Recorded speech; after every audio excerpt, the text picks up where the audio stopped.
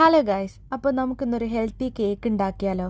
അപ്പോൾ നമുക്ക് അതിനായിട്ട് ഒരു 1 കപ്പ് ഹോൾ ഗ്രെയിൻ ഓട്സ് നന്നായിട്ട് വറുത്ത് പൊടിച്ച് മാറ്റി വെക്കുക. ഒരു റോബസ്റ്റ പഴം നന്നായിട്ട് പഴുത്തത് ഒന്ന് ജസ്റ്റ് ഫോർക്ക് കൊണ്ട് സ്മാഷ് ചെയ്ത് അത് മാറ്റി വെക്കുക. മിക്സിയുടെ ജാറിലോട്ട് പൊടിച്ച ഓട്സും ഒരു ഹാഫ് ഗ്ലാസ് സ്കിംഡ് മിൽക്കും 3 ഡേറ്റ്സും കൂടി ഇട്ട് നന്നായിട്ട് അരച്ചെടുക്കണം. നല്ല പേസ്റ്റ് പോലെ ആക്കിയെടുക്കണം. അത് നമ്മുടെ റോബസ്റ്റയിലോട്ട് മിക്സ് ചെയ്ത് ഒപ്പം ബട്ടറും ഒപ്പം ഒരു എഗ്ഗും കൂടെ പൊട്ടിച്ച് അതിനകത്തോട്ട് ഒഴിക്കുക.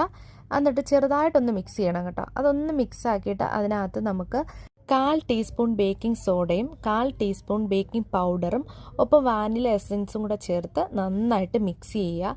അത് നന്നായിട്ടൊന്ന് മിക്സ് ചെയ്ത് കഴിഞ്ഞാൽ അപ്പോൾ നമുക്ക് ഈ ബാറ്റർ നമുക്ക് കേക്ക് മോൾഡിലോട്ടാക്കാം. ഒരു വെറൈറ്റി കേക്ക് മോൾഡൊക്കെയാണ്. വെറൈറ്റി ഒന്നുമല്ല, ഞാൻ തെമ്മൂല് ഓർഡർ ചെയ്തതാണ്. പക്ഷേ സൈസ് കുഞ്ഞിതായിപ്പോയി.